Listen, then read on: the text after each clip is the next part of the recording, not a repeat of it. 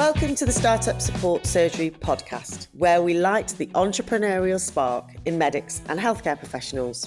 Join me, Dr. Jo Watkins, GP, business coach and co-founder of The How People, on a journey to discover where your medical know-how meets the business world. This will help you find some clarity on how to balance work, passions and family so that you can gain more freedom and control over your life, but also continue to help people, which is actually why most of us went into medicine to start with. Embarking on this entrepreneurial adventure is not easy. It is a roller coaster of emotions, but it's hugely rewarding and exciting in the process. Drawing on my 20 years of blending medicine and business as a GP, I am here to share experiences, insights and lessons. Expect lively chats, expert interviews and real-life stories from medics who have taken their own path. Let's break free from traditional healthcare norms and explore more innovative ways of making a real difference to people's health and well-being, along with paving the way for a brighter future for us as healthcare professionals. Oh, don't miss my free PDF called From Stethoscope to Startup, which is an 11-page guide in the show notes full of practical help and advice. This is your roadmap to kickstarting your journey with us. Enjoy the show.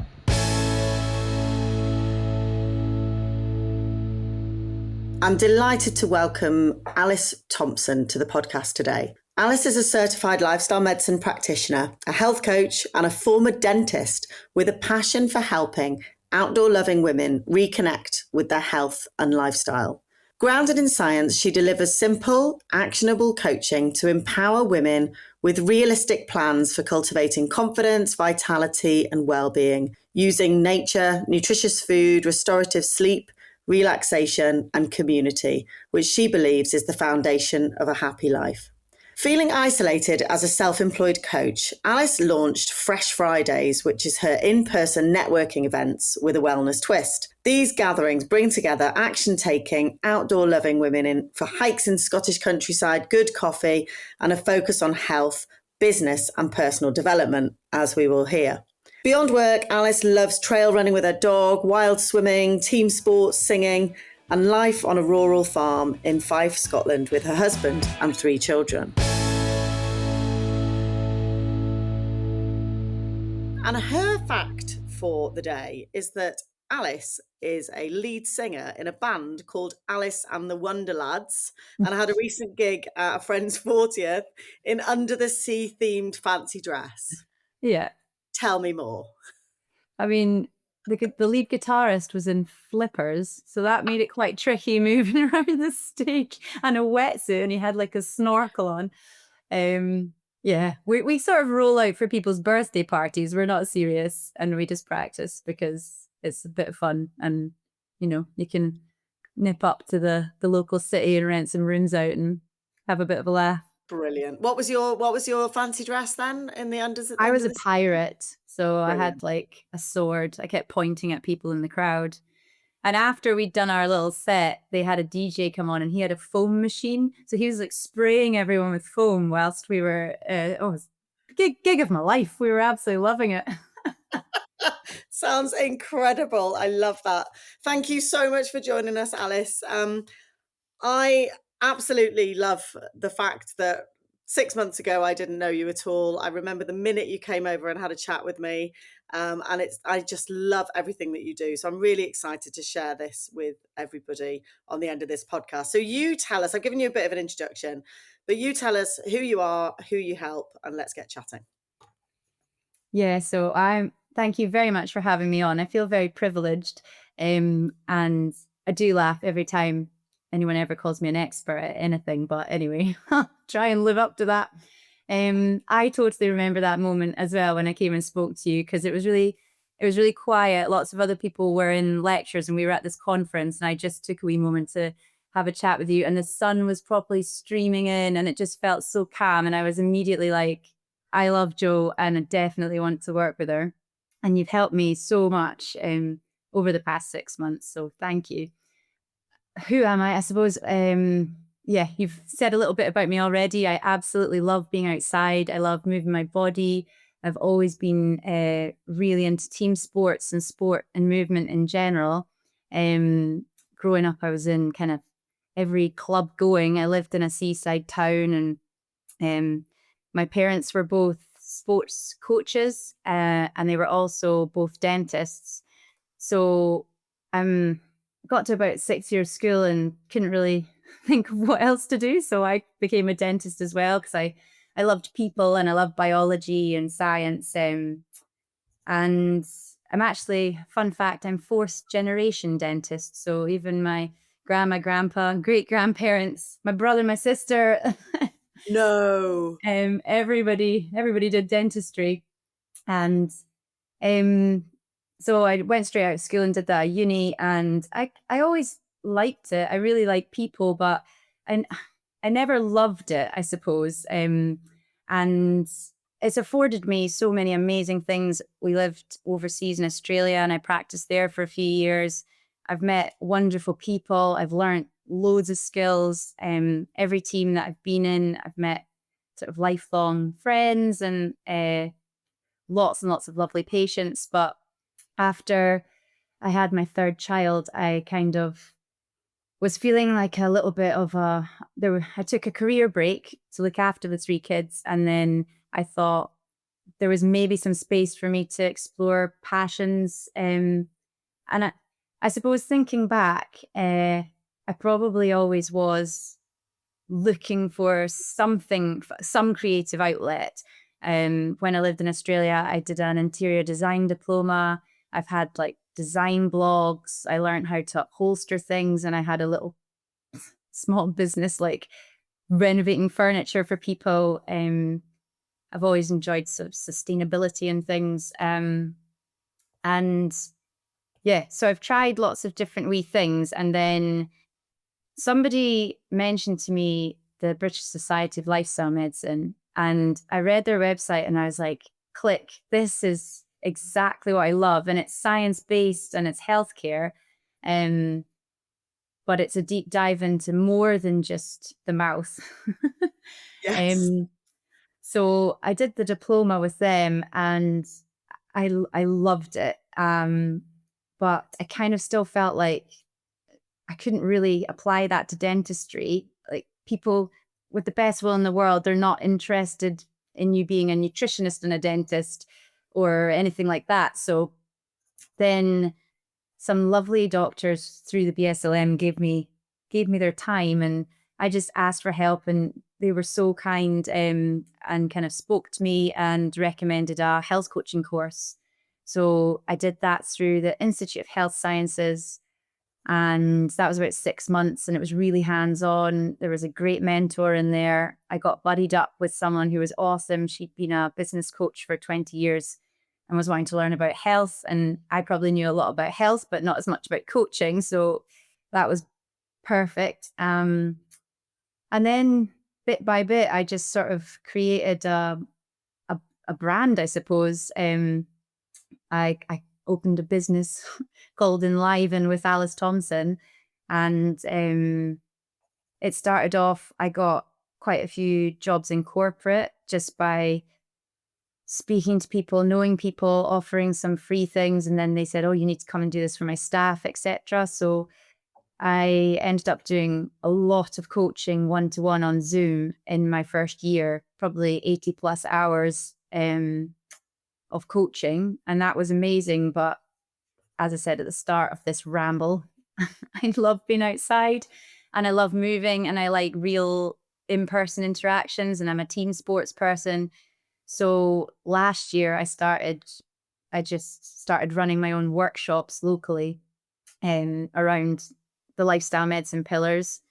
And they sort of picked up a bit of traction, and I started doing social media and trying to share what I was talking about and do a wee bit of education, wee bit of inspiration. And this is a long ramble, I'm sorry. No, it's brilliant. Um, Keep going. but then I was starting to feel quite lonely, because in between all the workshops, I was on my computer in my room doing one-to-ones on Zoom. And I thought that I needed business pals to kind of bounce ideas around with. And I don't really like networking because I feel awkward and weird. And I feel like my face does weird things when I'm smiling when I'm forced, like stressed situation. Um, so then I just thought, well, let's see if I can create a wee event, because I was already running events and I was kind of used to that, which is for business women who love the outdoors like me and want to meet together and would hike, and then we could lean on each other. And um, I got someone who was a one-to-one client to kind of speak at it about her kind of how she prioritizes her health and how she balances her big business and her children. And then we had some nice coffee, and people just wanted a bit of that. And those grew and grew. And now I run those events and they sell out and have wait lists. And I, with your help, created a membership this year. So that's been lovely. Now I've got a cohort of women in there who we meet in person at these events, but in between times we've got Zooms where we support each other, we goal set. I've got some awesome people coming in to do master classes on everything from like phone photography for business to marketing to styling for confidence. And you're coming on, which everyone's very excited about. And so a lot of what I'm doing now is putting the health and wellness and the pillars of lifestyle medicine together with businesswomen who run small to medium businesses and are feeling like it's difficult to prioritize self. So I suppose I'm creating a space for people around Yeah. that. Yeah. And now we're at Amazing. today, and that's the end of my story. That's brilliant. And we're going to pick that apart. But if I, just before we pick that apart, if I'd said to Alice with 3 young children at home who was a dentist that in 5 years, would you, or 4 years or less time? Um, I did the diploma in 2021, so yeah. 2021. So that in under 5 years, this would be your working life, what would you have said to me? I'd be like, "Are you joking? People are going to pay me for that?" 100%. You're like, what? How does that Yeah. work? Um, Amazing. So let's yeah. just go back. I love it. I love the fact that you've talked us um, through the evolution, essentially, which is what it is. I keep saying to people, this is a journey. It's a cringy word. Everyone hates it, but it is. What Mm. you start off doing is not necessarily what you end up doing. So let's go back to the dentist thing. You're the first dentist I've had on, but I think it's the same. Medics, dentists, we are, particularly like fourth generation is pretty impressive. I'm kind of second generation. Um, how was that? How was kind of leaving that dental legacy? Was there any kickback from family? I love the fact that you talked about the fact that you liked it but didn't love it, and I think that is often the way with professions, and that is okay because, like you say, it opens doors, it gives us privilege and opportunity, and it is a reliable source of income, and nobody has to do any marketing. You have patients coming to you needing your help. But was there any kickback from either internally or from other people about what you were doing at that point? Oh, massive. Yeah, 100%. I'm a very different person than I was 4 years ago. Um, I think as well, when you've just had babies, you do lose sight of yourself a little bit as well. So um you there's that year where I'd kind of taken the career break, and there's a lot of questioning and imposter syndrome and relearning kind of who you want to be, and definitely a lot of fear around leaving a profession that is so highly respected.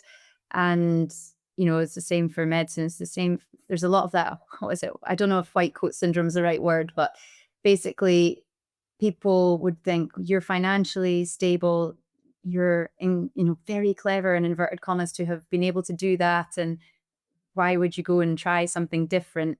Um, for the most part, I would say my friends and family have been incredibly supportive. I was very nervous about telling my grandma because I don't know. I mean, it would have been incredibly difficult for her to become a dentist. There was like 3 women in her entire year when she became a dentist, and she's, a- absolutely paved the way in that over in Ireland where she lives. Um, but they just understood it, and they could see. I think a lot of it was in my head, what other people Mhm. may or may not think. Yeah. Ultimately, everybody in my family loves me and wants what's makes me happy. And of all my ideas, which I explained, this was the goer that had the most. It lined up with all my values, and actually still, I can still talk about dentistry. I talk about the oral microbiome and my gut health workshops, and um, it's still it's still relevant and it ties in with it all. Um, so it's been an evolution, as you say, me sort of believing in myself, and it just happens over time. The more you prove to yourself that you can do it.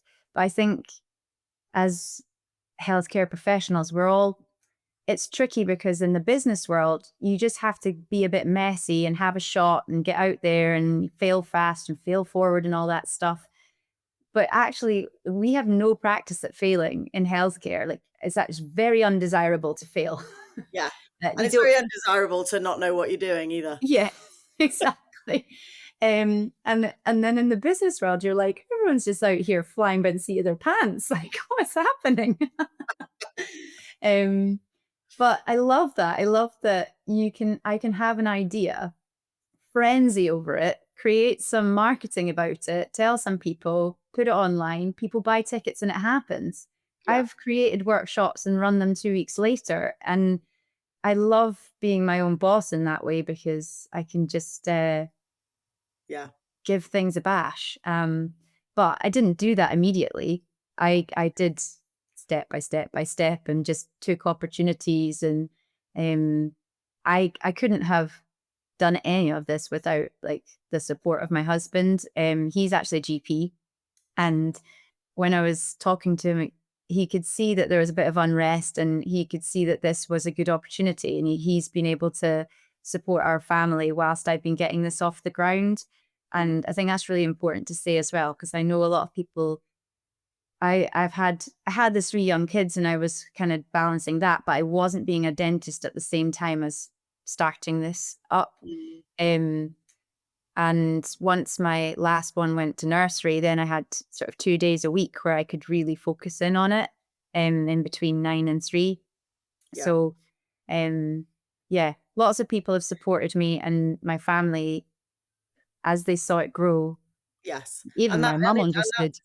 yeah, it takes a village. It's like raising teenagers. Building a business is exactly the same. Yeah. You've got to have that support of the people around you, and then you build your scaffolding. As I think it was Sarah Lou in the first episode of the podcast talked about that scaffolding that you need to make this stuff happen. So it's always nice to recognize that, and I'm sure your husband's incredibly proud and has like you say, you're a different version of what you were 4 or 5 years ago, and you're Yeah. showing your kids what is possible, and I think that's amazing. That I think there's a lot of people that go into medicine and dentistry. Historically, the healthcare professional roles that we were offered, I like to say we, obviously you're much younger than I am, but back in the day, there were only those options, and most of us like people, we like science and human biology, and we want to help people get better from something. And there are now many more ways to do that. I think going into those professions now, it does look different. But I think so. I think there are a lot of people like you and I out there who have done dentistry and medicine and maybe have had this creativity burning. And I loved your story about all those things you did in Australia, because that just tells me that there is an entrepreneur locked in there, a creative force that's been like waiting to get out. You said you started your business and you started before you were ready. Tell me how important that had been. Was there a bit of a perfectionist, like an ex-perfectionist in there telling you to wait till it was all ready, or did you just get out there and give it a go? I mean, I think that's probably one of the biggest things I've changed over since I started all of this. Perfectionism, like so many other, especially women in healthcare professions, just complete perfectionists. And we can't let things be. And we stay for hours after the end of the workday because we're worrying about something, or giving more than possibly we need to, or is asked of us, and writing notes that are like War and Peace. um, absolute, yeah. And I, as a dentist, I would quite often not run super, super late, but if something didn't look totally perfect, I just couldn't let it be. Like I'd be like, I have to get the corner of this filling perfect before I can let the person leave. And actually, like, done and functional and like clean and those things are better than it being absolutely and utterly perfect and you run late for everything. And so I wonder if I ever went back to dentistry, if I think I would be I would practice very differently. And I think everything I've done over the past 4 years would be so helpful to me as a healthcare professional if I was still practicing. And I seriously believe like that every doctor, dentist, every physio, every healthcare professional should do a short coaching course, because it would change the way that I took things home. Like I would put it all on me and I'd be fretting about something. And now as a coach, I see that the patient or the client gets out what they put in. And obviously not in every single circumstance, but it's a relationship where they need to go away and do something as well. And it's not all on you. But yeah, perfectionism is something I've had to massively let go of. And I didn't even really exactly mean to start. Just the lady that I spoke about earlier, who I got buddied up with in the health coaching course, who was a business coach. She is absolutely amazing. Mary, if you're listening to this, hi. And she was at the time working in HR in a big business in Ireland. And she just said, listen, I want you to come and coach like you coached me, because we got buddied up and coached each other, the staff in my wing of her business. And so she rolled out 2 pilot schemes, and I just started. And I didn't have, I think I just called it Alice Thomson Wellness and set up a Gmail account. I didn't have anything. And then I just created tools as I went. I worked out how to make worksheets or what would be useful. And I'd learned things in the health coaching course as well about slightly how to structure stuff. But the more I did it, I just probably found my own way. Um, and then I had a mate who was struggling a lot with his sleep, and I just said, "Oh, could I practice on you? Can I come and like coach you a little bit? And I think I could help you." And then he owns his business and said, "Well, listen, you need to come in and do this for my staff." So, and then as I was doing those things, I started thinking, right, what am I going to call this? How am I going to brand this? And bit by bit, I got some branding done and made things that I like things to be cohesive, so that every touch point feels the same as me and the energy that I want it to bring. So, but that didn't all happen at once. I don't even remember a moment where I was like, aha, I've launched. Yes, and that's exactly what I recommend people do, because I think if you're waiting for this like big launch moment, this big thing to get out there into the world, you're going to be waiting a long time, because there's always going to be something getting in the way. So that learning by doing, getting out there, it's just setting up an email address, setting up a Facebook group, whatever it may be, that actually gets you going and gets you moving, and then you learn as you go along, is fantastic. And it wasn't very long by the time you'd created a little bit of a monster, I guess, actually. And I talk about this when I talk about my granola business, is that I started a business without really thinking about what that was going to turn into. And before I knew it, I was making 30 kilograms of granola from a family kitchen while pregnant with 2 children and a dog. And it was kind of incompatible with what I really wanted to be doing. And it sounds like the Alice that I know and see now, you were on Zoom for 80 hours of the month, or did you say 80 hours a week? Oh, No. no, no, no, no, no. That was across like 6 months. That was Oh yeah, I not, was going to say there was that was 80 hours. not Yeah. in a week. I was like, I've never written 80 hours down there. Come on Yeah, now. no, not I'm in a all week. about lifestyle Um, and balance. I'm not doing 80-hour weeks. So but you'd created a business where you were sitting on the end of a Zoom call. Now we all, like in COVID times, the fact that we could sit on the end of a Zoom call was an amazing thing, and the fact that we could take our business online. But Yeah. I'd imagine there was a little bit of a friction there as to what you wanted to be doing. Would that be true to say?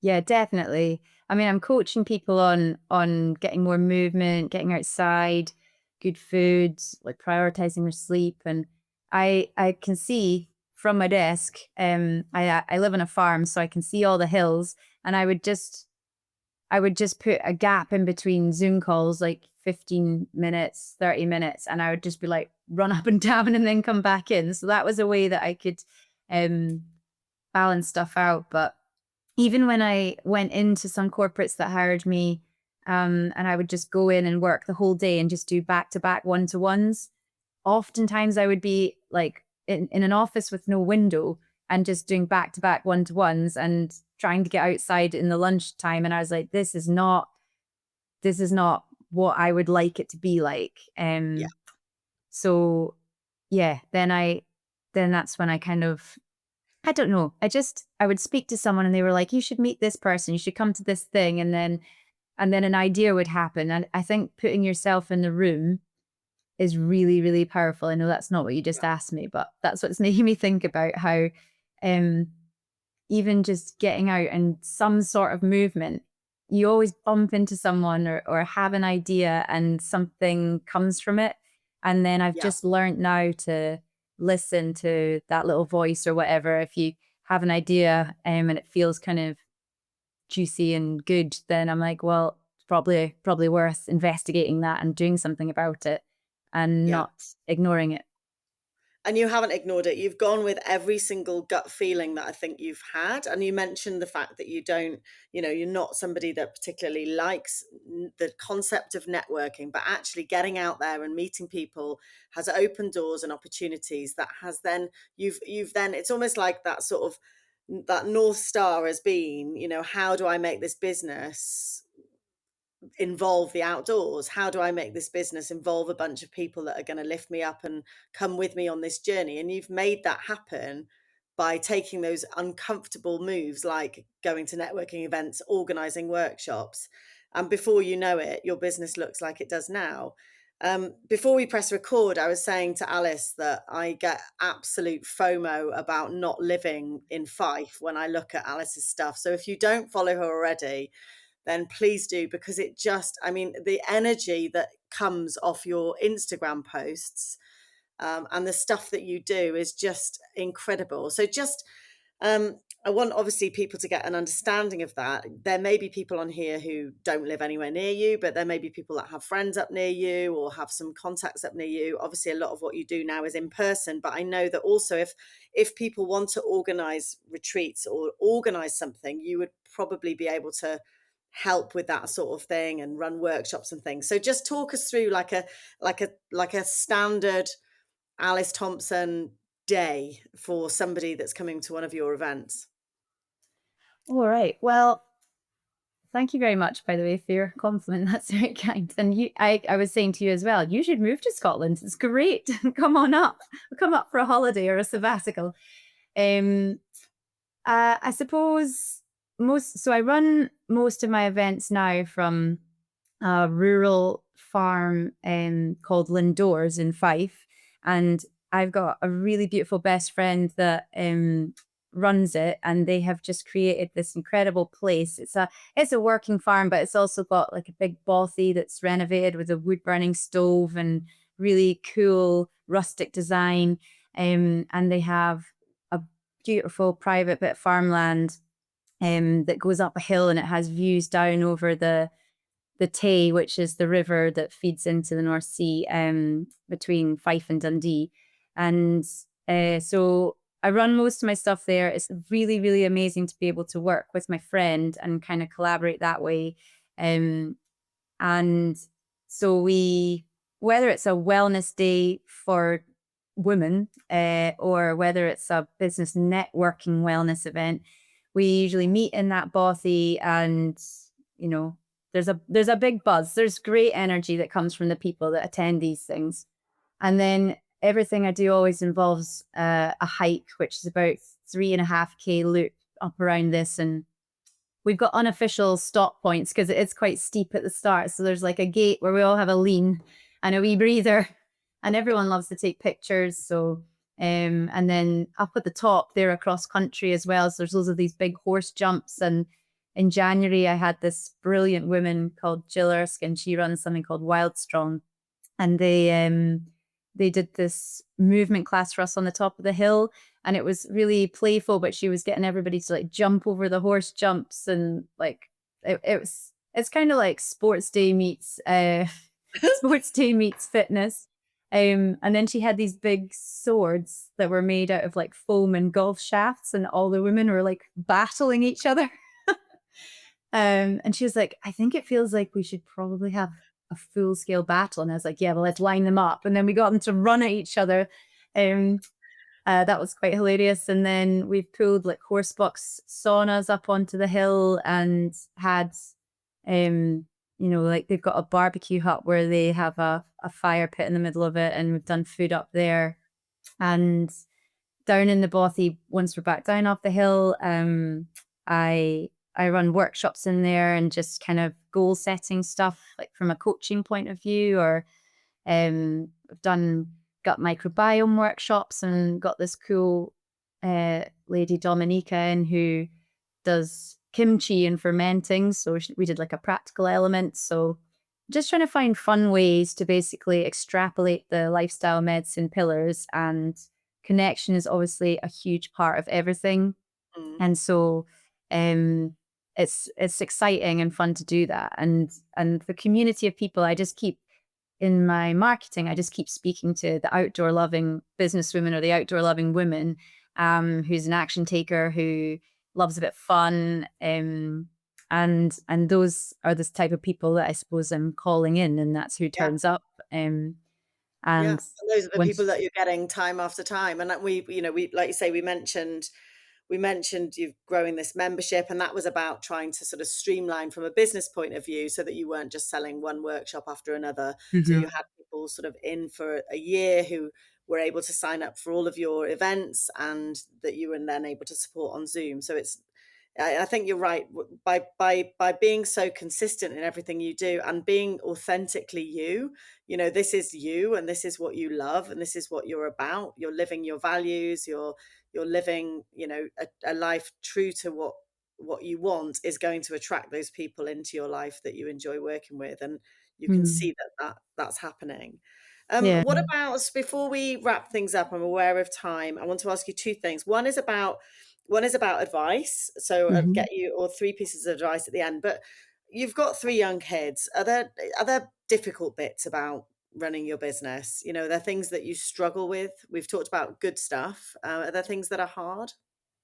Oh, 100%. And I always lead with that. I am absolutely not perfect in any sense of the word. Um, and, there's times where the house is a total tip, and I come out my office and I'm like, ah, or there's, trying to get food shops in, or like somebody's looking for a jumper and it's not been washed, and they need dropped to like different clubs. And obviously, my husband, he's a GP, he's a partner. Where they are, it's just incredibly stressful for him, like in the work where he is. And it's amazing that we live on the farm and he can come back and decompress here. But yeah, trying to make sure that I'm in a good place as well when he comes back, so I'm not just like "Gah!" as soon as he comes in the door, which I can be. But yeah, it's hard to balance it all. And that's like a big part of the business community thing that I've created. We all just say, on Friday, we had an event, and I asked this question to the speaker, Julie, and I actually feel like she had a really good answer, and I'm going to steal it. But she just said, I've lowered my standards across the board. She was like, I just don't expect so much of myself. And like, I'm like, well, the house is messy. Oh, the dishes aren't done. And I think that's what balance is. Like, I always say to people that balance to me is not like perfectly weighted scales. It's like walking along the top of a wall, and you wobble to one side and something gets more attention, and then you recalibrate and come back to the middle. And always something's getting more attention. It may be that it's your kids for a little bit and you've done less for your business. It may be that it's, friends because they really need you and less for your other half. It's Yeah. just, it's just knowing that you can come back to a center all the time Yeah. is what kind of what I shoot for. Yeah, And absolutely. Love that analogy, and it's it's that tightrope, and life gets in the way. But one of the most incredible things about running a business like this and being in control of your own time and when you work is that you can shift and wax and wane along with mm, that balance, can't you? Whether the kids are off school or relatives need you. So yeah, I like that, lowering your expectations it across was the good, board. wasn't it? I And love honestly, that. Joe, you've really helped me with that, with talking about like working seasonally, as because obviously when you're in a 9 to 5 or whatever, it's all laid out for you. And I found that quite difficult to wrap my head around as an entrepreneur. And you were excellent at like saying, well, listen, your year isn't going to look exactly the same every month like it does as a doctor or dentist. And I suppose that's like the walking along a wall or a tightrope thing. That's what being an entrepreneur is. Like you've got big months and you've got quieter months, um and that's okay as well. Yeah, And like seeing it absolutely. seasonally is nice. So thanks for that tip. Oh, that's great. I love that. So, what about to finish off with your sort of top tips to somebody, maybe somebody that's done the lifestyle medicine diploma, maybe somebody that's done some coaching. You've mentioned your health coaching. I'm also going to link Tom Dillon and Helen Leathers below your coaching journey, which is a 6-month coaching for medics and healthcare professionals. So, anyone, menopause, all of these, people have done training and are often just stuck on the how do I make this a thing? How do I get out there into the world? And what does that look like? So, any advice to your kind of early entrepreneurial Alice or somebody else that might be in that position? Um, well, I suppose I remember the first mentor I had in the health coaching course. He said a phrase I'd never heard before, and you've probably had it, but done is better than perfect. And I think because we're all perfectionists, I was like, whoa, that's an incredible concept. So I love that. And I say that to myself a lot now. So that might be one thing to rattle about the brain. Just get it done because it doesn't need to be perfect. And a lot of the time you've talked earlier about being authentic. People want you if you're real and you're likable and they can trust you. And what you're producing doesn't need to be totally perfect. It just needs to be authentic. Yeah, And from another point of view, I suppose just sitting down and thinking about, we've touched on this already, but what are your values and like your vision for where you want it to go? Um, and making sure that what you want to create would actually line up with that. Because, for example, like I literally did this with my membership this morning and I wrote mine down too. And I was like, my values are kind of being outside, fun, family, adventure. And so I want whatever I'm creating to kind of line up with those things. And then if you've done coaching, you know a bit about what it's like to make a vision. And it's so powerful, just something tangible, not something in 5 years' time, just 6 months away. What do I want to feel like or look like? yeah, Um, and then I suppose a third thing would be just just the next step. What's the next step? And do it and take a kind of small um action every day yeah, towards whatever it is that you want to achieve. And if you're feeling like, okay, I can't leave medicine at the minute because of finances, or I'm struggling to see where I could fit in the time to do that. If you're kind of thinking, where can I have the time to run this whole business or do this whole thing?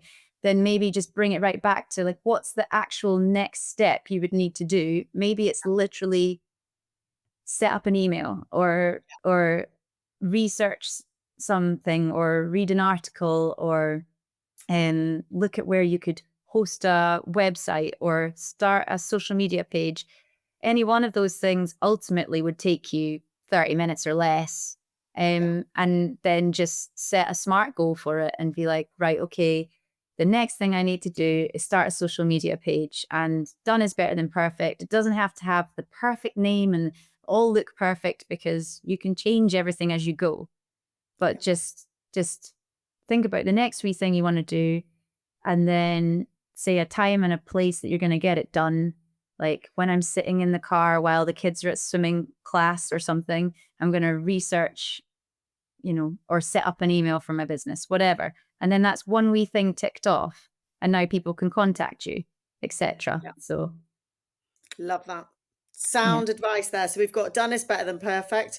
Well, it's something I absolutely live by. Or in my business community, we talked the other day about it only needs to be 70%. That's enough. Yeah, 70% is totally fine. So done is better than that's a perfect. pass. Yeah, knowing your values and your external and your internal values. There's lots of different ways of doing that. Anyone that comes into my program or that does the Clarity Starter Kit, we do a big thing about values.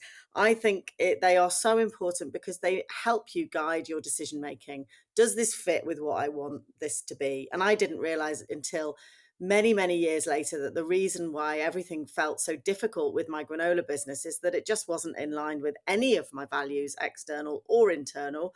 And that was the problem, but I didn't realize that at the time. So know what your values are and know what the next step is, and small steps, and committing. In the website before this, the podcast before this, I can't remember the number. I talk about, needing to put time, money, needing to your business to have a sense of place, and needing to have the right people. That time doesn't need to be hours and hours. Like you say, it can be 10 minutes. It can be one Instagram post. It can be connecting with somebody on LinkedIn, setting yourself up with an email address. What is your next step? And actually committing to do it. So I love that. Brilliant advice. I've loved talking to you, Alice. Thank you so much for coming to speak to the community here, and I look forward to chatting to your community. You've been absolutely brilliant. Oh, thank you so much for having me, Jo. It's been a pleasure. I hope this episode has sparked some new ideas or challenged your thinking. Transitioning from medicine to business is not easy. It's about adapting our skills while embracing the unknowns of entrepreneurship. It can be nerve-wracking, but remember, you are not alone on this journey. Please feel free to reach out to me via direct message on LinkedIn or Instagram, or just shoot me an email at jo@bendylegs.com for support. And don't forget to grab the free PDF from the show notes, From Stethoscope to Startup, which is your go-to guide and resource for diving into entrepreneurship. Many thanks for tuning in. I will see you next time. Thanks for spending your precious time with me.